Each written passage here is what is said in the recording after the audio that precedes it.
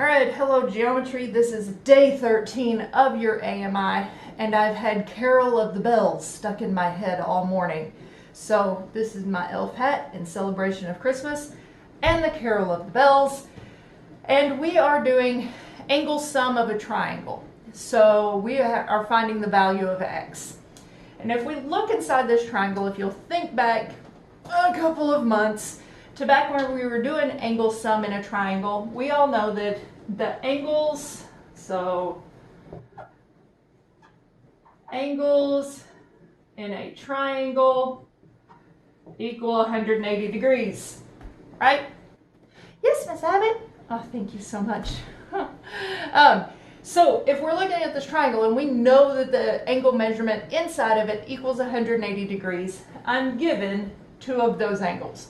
This one's 40, that one's 40.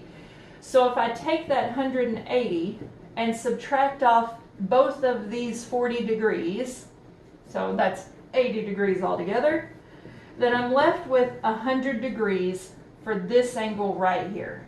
This angle right here has to be 100 degrees. The term for it though is 25x.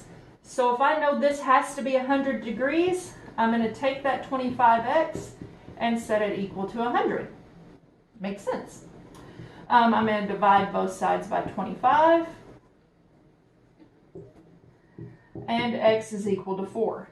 All I'm doing is finding what x is. And for this one, x is 4. This is 40 degrees, this is 40 degrees. This has to be 100. I've set it equal to 100 and solved it to find out what x is. Okay, so for this example, even though it's a different shaped triangle, even though it's a little bigger than the last one, all of the angles inside of it, all three angles are going to add up to 180 degrees, regardless, because that's all triangles. Doesn't matter what they look like. So I'm going to look at this one. I know that all of the angles have to add up to 180. I'm going to subtract off the angles that I know. I know that this one is 67, so I'm going to subtract 67. I know this one is 55, so I'm going to subtract off that 55 and see what is left over for my angle that has my variable in it.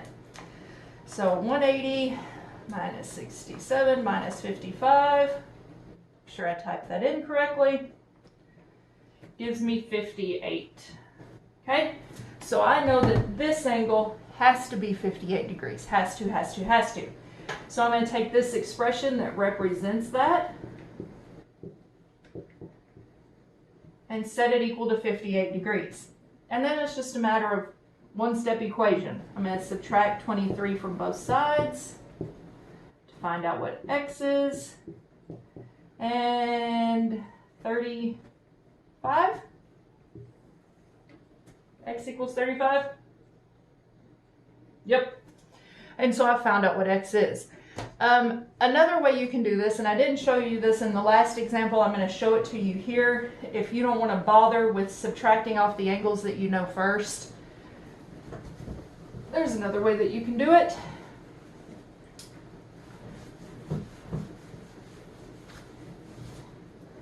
And I know that this angle plus this angle plus that angle equals 180. So I can just take their measures and add them all together. So I know that x plus 23 plus 67 plus 55 is equal to 180. I'm going to combine my like terms over here. So 23 plus 67 plus 55 gives me 145.